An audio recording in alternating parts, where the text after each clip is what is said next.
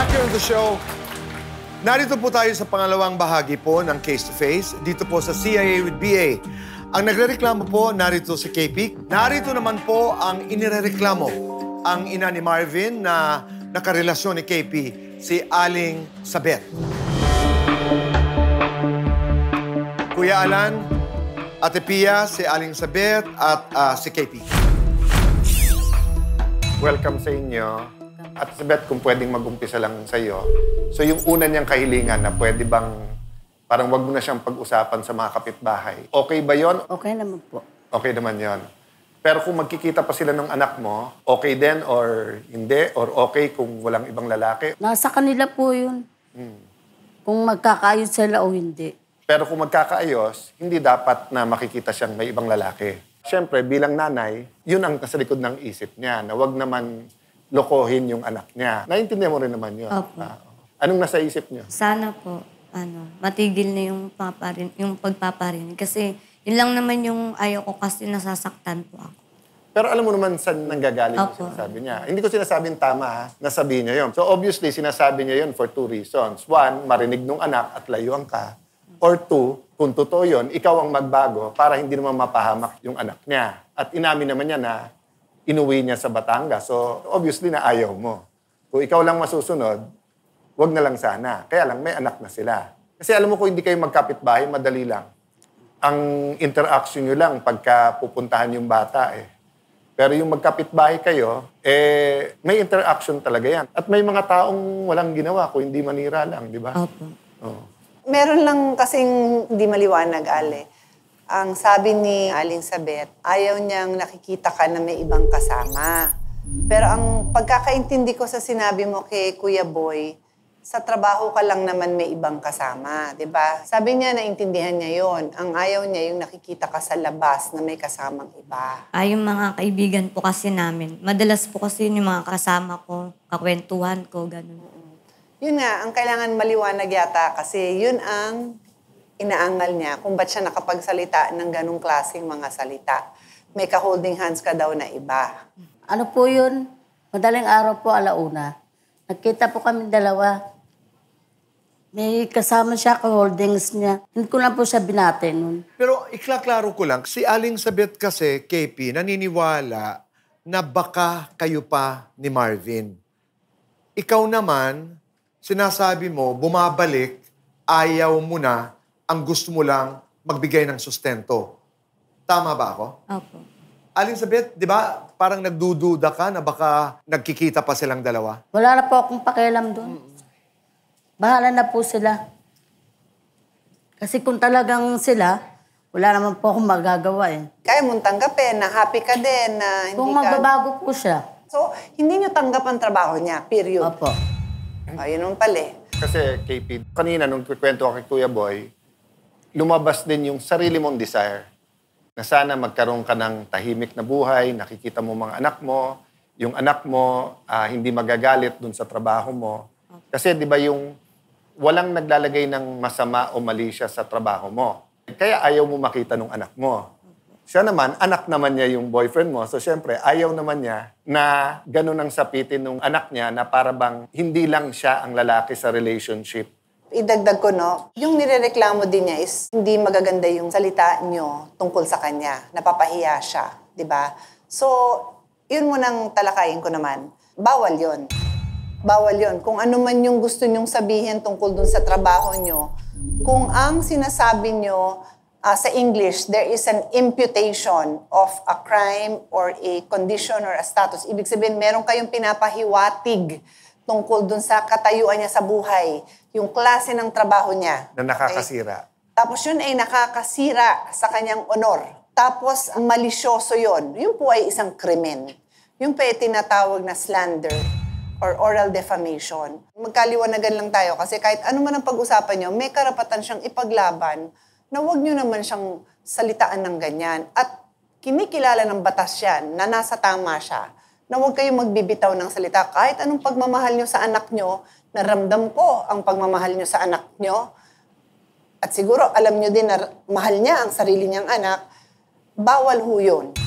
na nagsasalita kayo ng ganyan tungkol sa isang tao? Clarify natin yun, ha? Kayo mismo nagkakalat nun. Parang tinitira mo na yung reputation niya, eh. Although in both cases, pwede mo sabihin, pagkananay ko, pinoprotektahan ko anak ko. But yung isang paraan ng pagprotekta mo, sinisiraan mo siya. Na yun ang sinasabi ni ate. Meron siyang karapatan sa batas. Ang gagawin nyo doon is kausapin nyo anak nyo, kausapin nyo siya ng maayos. Total naman mga nanay tayo, di ba? Sakripisyo na natin, buong buhay natin yun na, okay, kausapin na natin kahit na nanggagaliitin na tayo sa inis.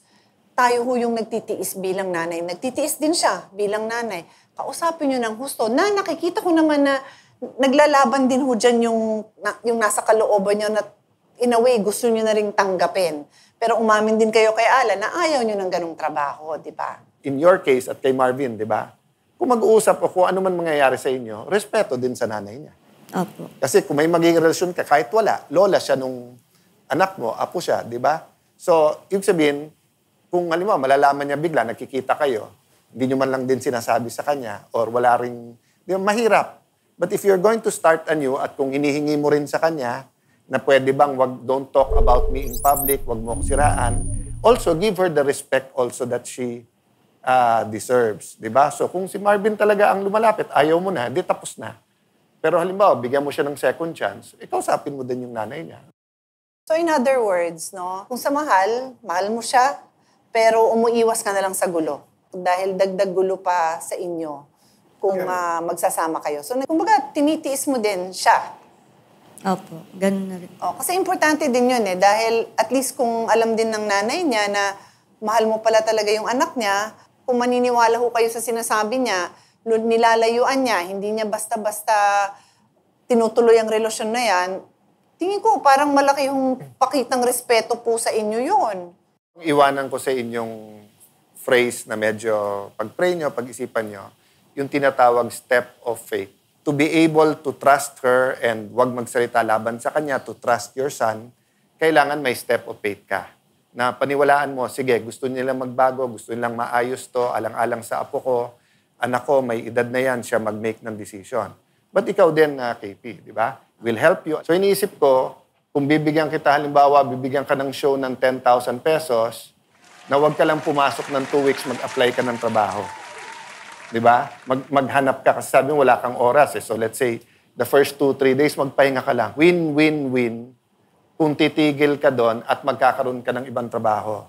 Win para kay Ate Sabet dahil wala na siyang isipin. Win para sa iyo dahil nga sabi mo, napapagod ka na rin at katawan mo na rin. Win para sa mga anak mo dahil sabi mo, nagagalit. Kasi ang gusto kong lang i-impart sa iyo, yung favorite word ni ate to, sustainability. Kasi sa totoo lang, hindi sustainable yung trabaho mo. So parang win-win talaga yung makapaghanap ng ibang trabahong gano'n. At win-win talaga habang bata ka pa. But ang suggestion ko, KP, with the money and yung job, ayusin mo muna yon. Tama yung ginawa mo, huwag ka muna magmadali na magkabalikan. Pero ikaw, pakita mo rin na kung ano din ang gusto niya bilang nanay at bilang lola sa anak niya, nandun din. Tingin ko excited ka sa bagong buhay at ikatutuwa nyo din naman po, di ba? Kuya Boy, bago tayo magwakas, no, ulitin ko lang yung elements ng oral defamation. The other element there is nasabi in public. So can I just repeat it, no? Para klaro tayo na pagka siniraan mo yung ibang tao, kailan yun magiging krimen? Krimen yun kung yung sinabi mo, yung lumabas sa bibig mo, para kang merong sinasabing may ginawang krimen, may kondisyon o status yung tao na hindi maganda. So that's one. Number 2, you do it in public. So yun nga, kung pribado, walang problema. Pag public, ganito to. That's the second element. Third is malicious. Nung pagkasabi mo, kung pagkasabi naman is natural lang, para kang nagre-report na something na totoo at walang mali siya, then hindi rin. Fourth is nadi-dishonor nga yung tao. Yung sinasabi mo nakakasira sa kanya. So yun yung importanteng kompleto lahat for there to be oral defamation or slander. So lahat ng mga marites na nanonood, take note ha. Take note. Just because uso ang pagiging marites, hindi ibig sabihin hindi ka kayo pwedeng mabarangay balikan o mapakulong. Yes. Dahil it's a criminal offense na manira ng kapwa. So, okay ba sa inyo yung deal na yon, ha? Tulungan tayo. Bibigay kami ng tulong sa iyo. KP, it is our step of faith. It is our belief na we heard you well, you want to try something new, para nga sa tatlo mong anak. Si Ate Sabet naman, di ba, she will hold her tongue, make sure na hindi magsasalita, sasabihan niya anak niya na sa inyo yan, pero yung due respect din sa kanya. Di ba? Kung ano nangyayari. And then, we'll check on you. Kamusta ang nangyayari sa inyo. Okay. Ako walang conflict na isabay mo. Magnegosyo ka maliit at ibigay mo yung resume mo. Kasi hindi mo alam kung anong, alam mo yung opportunities para sa'yo. Tingin ko naghihintay lang eh. Sa step of faith mo lang talaga. So, anong nais nating sabihin bilang pagtatapos? Aling Sabet, ikaw, may nais kang sabihin? Nagpapasalamat po ako kasi kahit papano po nagawa ng solusyon yung aming problema. Baka pwede niyo hong gabayan bilang kapitbahay, kaibigan, kapwa nanay. Baka naman pwede niyo hong kamayan man lang si KP, di ba? Kasi nangangailangan din siya ng tender loving care.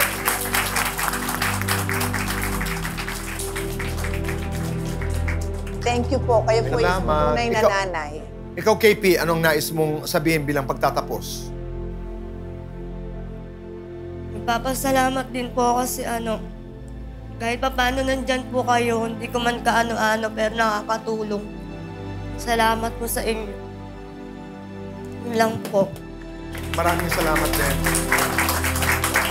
Sa ating pagbabalik po, isang ama naman ang gustong magkaroon ng kustodiya ng kanyang dalawang anak na kinukupkup sa kasalukuyan ng kanyang asawa na ayon sa kanya ay kinaliwa siya. Sa pagbabalik po ng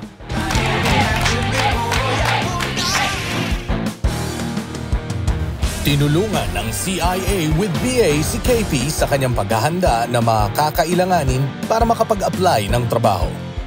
Hanggang sa aktual na job interview, nakasuporta sa kanya ang programa para masigurong tuloy-tuloy na ang kanyang pagbabagong buhay. Nagpapasalamat po kay Ate Pia, kay Kuya Alan Cayetano, tsaka po kay Tito Boy Abunda. Dahil po nasolusyonan po nila yung problema ko sa biyanan ko. Pag-a-apply ko po, yan, nagamit ko rin po siya sa pag-requirements ko po. Maraming salamat po. God bless po. May problemang legal ka ba? Gusto po namin kasing sana maibalik sa amin yung kustodiya ng bata. Kung paano ko po kukunin sa kapatid ko po yung mana po namin. Kailangan niya ng pera, handa siyang sirain ang buhay ng iba, aalisan niya ng asawa. Kung papakulong ko po kasi siya, mawawalan po ng sustento yung mga anak ko. Magkomento o mag-message lang sa aming social media pages. We will assign you a lawyer if you want para nga mag-guide ka. You have a strong claim. Kung ako yung abogado niyo, magpapakamatay ako para makuha niyo yung anak niyo. Sa batas, wala tayong kawalan. Handang ipagtanggol ang inyong karapatan. Ipaglalaban natin ang totoo at yung patas. Sagot ka ng Cayetano in Action with Boy Abunda.